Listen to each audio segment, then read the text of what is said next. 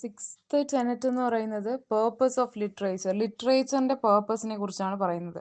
ഒരു ലിറ്റററി വർക്കിന്റെ പർപ്പസ് എന്താണ് എന്ന് പറയുന്നത് enhancement of life and propagation of human values. അതാണ് ഒരു ലിറ്റററി വർക്കിന്റെ പർപ്പസ് എന്ന് പറയുന്നത്.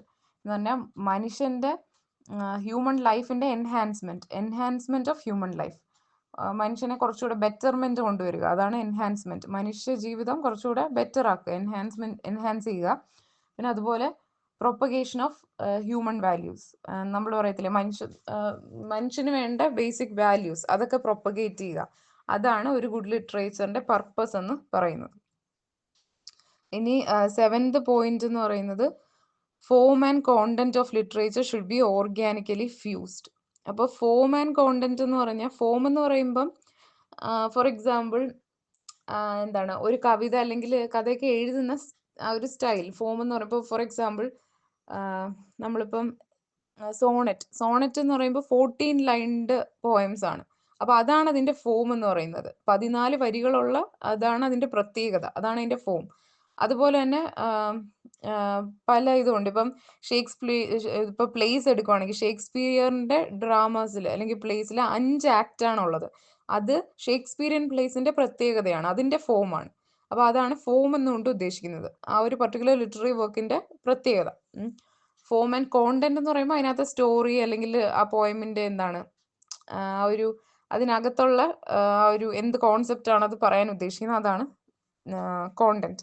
അപ്പം form and content organically fused ആയിരിക്കണം എന്ന് പറയുന്നത് കൊണ്ട് അവിടെ മീൻ ചെയ്യുന്നതെന്ന് പറയുമ്പം ഇപ്പം നമ്മൾ ഒരു കവിതയോ കഥയൊക്കെ എഴുതാൻ നമുക്ക് മനസ്സിലാവും. നമ്മൾ നോർമലി നമുക്ക് പറയാനുള്ളത് അതുപോലെയല്ല എഴുതുന്നത്. നമ്മൾ മെറ്റഫേഴ്സും ഇപ്പം പാരഡോക്സ്, പിന്നെ അല്ലെങ്കിൽ കുറെ ലിറ്റററി ഡിവൈസസ് ഇല്ലേ, ഇപ്പൊ സിമിലി, മെറ്റഫർ, പേഴ്സോണിഫിക്കേഷൻ, അങ്ങനെ ഒരുപാട് ലിറ്റററി ഡിവൈസസ് നമ്മൾ ഒരു ലിറ്റററി വർക്ക് എഴുതുമ്പം യൂസ് ചെയ്യും.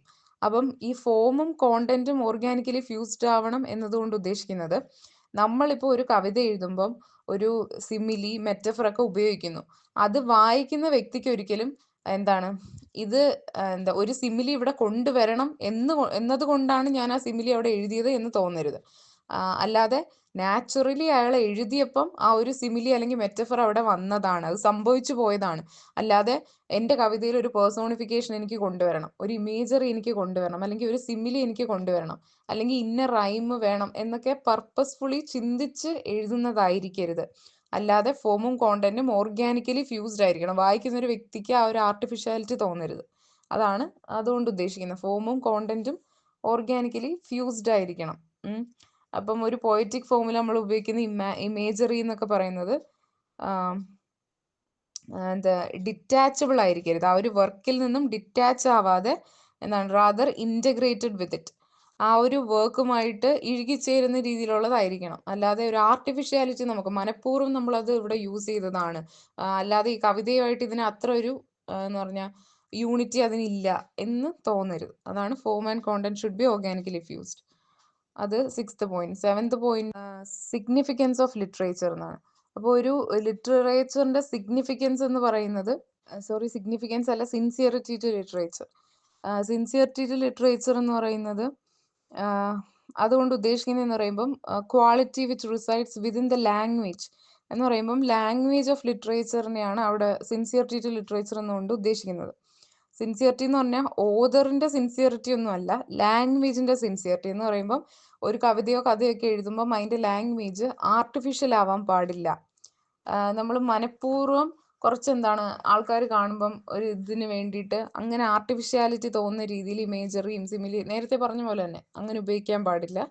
പിന്നെ അതുപോലെ അവോയ്ഡ് ക്ലീഷേ ആയിട്ടുള്ള കാര്യങ്ങളൊക്കെ അവോയ്ഡ് ചെയ്യുക, ആർട്ടിഫിഷ്യാലിറ്റി അവോയ്ഡ് ചെയ്യുക. അതാണ് സിൻസിയറിറ്റി ടു ലിറ്ററേച്ചർ എന്ന് പറയുന്നത്. Eighth point. പിന്നെ 9th വൺ എന്ന് പറയുന്നത് value of literature. Value of literature എന്ന് പറയുമ്പം what is valued in literature എന്ന് പറയുന്നത് silent showing and demonstration of something rather than explaining or saying of it എന്ന് പറയുന്നത്. അതുകൊണ്ട് ഉദ്ദേശിക്കുന്നത് ഈ ലിറ്റററി ഡിവൈസ് തന്നെയാണ്. ലിറ്ററേച്ചറിൽ എന്താണ് വാല്യൂ ചെയ്യപ്പെടുന്നതെന്ന് പറയുമ്പം സൈലന്റ് ഡെമോൺസ്ട്രേഷൻ ആണ് എന്ന് പറഞ്ഞാൽ, റാദർ ദാൻ പ്ലെയിൻ ആയിട്ടുള്ള അല്ലെങ്കിൽ എക്സ്പ്ലിസിറ്റ് ആയിട്ടുള്ള എക്സ്പ്ലനേഷൻ ഓഫ് സെയിങ് എന്ന് പറഞ്ഞാൽ നമ്മളിപ്പം ഇപ്പൊ ഒരു കവിതയുടെയൊക്കെ ഭംഗി എന്ന് പറയുമ്പം നമുക്ക് പറയാനുള്ള കാര്യങ്ങൾ അതുപോലെ നമ്മൾ നോർമലി സംസാരിക്കുന്ന ഭാഷയിൽ അതുപോലെ എഴുതി വെച്ചാൽ അത് ആ ഒരു കവിതയ്ക്ക് ആ ഒരു ഭംഗി കിട്ടില്ല. അപ്പൊ അതിന്റെ ഒരു വാല്യൂ എന്ന് പറയുന്നത് നമുക്ക് പറയാനുള്ള കാര്യങ്ങൾ ഡയറക്റ്റ്ലി പറയാതെ എന്താണ് ഒരു മെറ്റഫർ അങ്ങനെയൊക്കെ ഉപയോഗിച്ച് ഇൻഡയറക്റ്റ് ആയിട്ട് അവതരിപ്പിക്കുന്നു. അതാണ് ലിറ്ററേച്ചറിന്റെ വാല്യൂ എന്ന് പറയുന്നത്. What is valued in literature is silent showing of അല്ലെങ്കിൽ silent demonstration of something that we intend to say rather than explaining it directly. അതിന്റെ ഒരു എക്സാമ്പിൾ എന്ന് പറയുന്നത്, ഫോർ എക്സാമ്പിൾ ഇപ്പം ഷേക്സ്പിയറിന്റെ ഹാംലെറ്റ് എന്ന് പറയുന്ന പ്ലേ എടുക്കുവാണെങ്കിൽ അതില് ഹാംലെറ്റ് എന്ന് പറയുന്ന ആ ഒരു കഥാപാത്രത്തിന്റെ ഒരു പർട്ടിക്കുലർ സ്റ്റേജിൽ അയാളുടെ മനസ്സിന്റെ കുറച്ച് ഇത് ഓഡിയൻസിനെ കാണിക്കണം. അയാളുടെ മെന്റൽ സ്ട്രഗിൾ, മെന്റൽ കോൺഫ്ലിക്റ്റ്, മനസ്സിനകത്ത് കിടക്കുന്ന കോൺഫ്ലിക്റ്റ് ഓഡിയൻസിനെ കാണിക്കണം. അപ്പൊ അത് ഡയറക്ട്ലി ഷേക്സ്പിയർ അങ്ങനെ പറയുകയല്ല. ഇയാളുടെ മനസ്സിൽ ഇങ്ങനെ കോൺഫ്ലിക്റ്റ് ഇപ്പം നടക്കുകയാണ്, കൺഫ്യൂഷൻസ് നടക്കുകയാണ്, മെന്റലി അൺസ്റ്റേബിൾ ആവുകയാണ് എന്ന് ഡയറക്ട്ലി പറയുകയല്ല. പക്ഷെ അതിന് പകരം അയാൾ കുറെ മെറ്റഫേഴ്സ് ഒക്കെ ഉപയോഗിക്കുന്നുണ്ട്. ഫോർ എക്സാമ്പിൾ കുറെ ഒരു സോളിലക്കി എന്ന് പറയുമ്പം എന്താണ് ഇയാള് സ്വയം മീൻസ് അയാളുടെ മനസ്സിൽ ഇങ്ങനെ ചിന്തിക്കുന്നതായിട്ട് പറയുകയാണ്. അത് ചുറ്റുമുള്ള ആൾക്കും കേൾക്കാൻ പറ്റില്ല. ഇയാളുടെ മനസ്സിൽ പറയുന്ന കാര്യങ്ങളാണ് ആ എഴുതിയേക്കുന്നത്. അപ്പൊ അതാണ് സോളിലക്കി എന്ന് പറയുന്നത്. SOLILOQUEY, സോളിലക്കി. ഒരു കഥാപാത്രം അയാളുടെ മനസ്സിൽ ഇങ്ങനെ വിചാരിക്കുന്ന കാര്യങ്ങൾ അല്ലെങ്കിൽ അയാളുടെ മനസ്സിലൂടെ കടന്നു പോകുന്ന ചിന്തകളെ എഴുതി വെച്ചേക്കുന്നു. അപ്പം സോളിലക്കി ഉപയോഗിക്കുന്നുണ്ട്. പിന്നെ അതുപോലെ കുറെ മെറ്റഫേഴ്സ് ഉപയോഗിക്കുന്നുണ്ട്. പിന്നെ അവിടെ ആ ഒരു പ്രദേശത്തെ കുറെ rotting dead bodies, image of rotting dead bodies, പിന്നെ എന്താണ് ആ ഒരു സിറ്റി ഡെൻമാർക്ക് എന്ന് പറയുന്ന ആ ഒരു സിറ്റിയിൽ ഉണ്ടാവുന്ന കുറെ നാശനഷ്ടങ്ങൾ, ടെമ്പസ്റ്റ്, അങ്ങനെയുള്ള കുറെ ഇമേജസ് കൊണ്ടുവരുന്നുണ്ട്.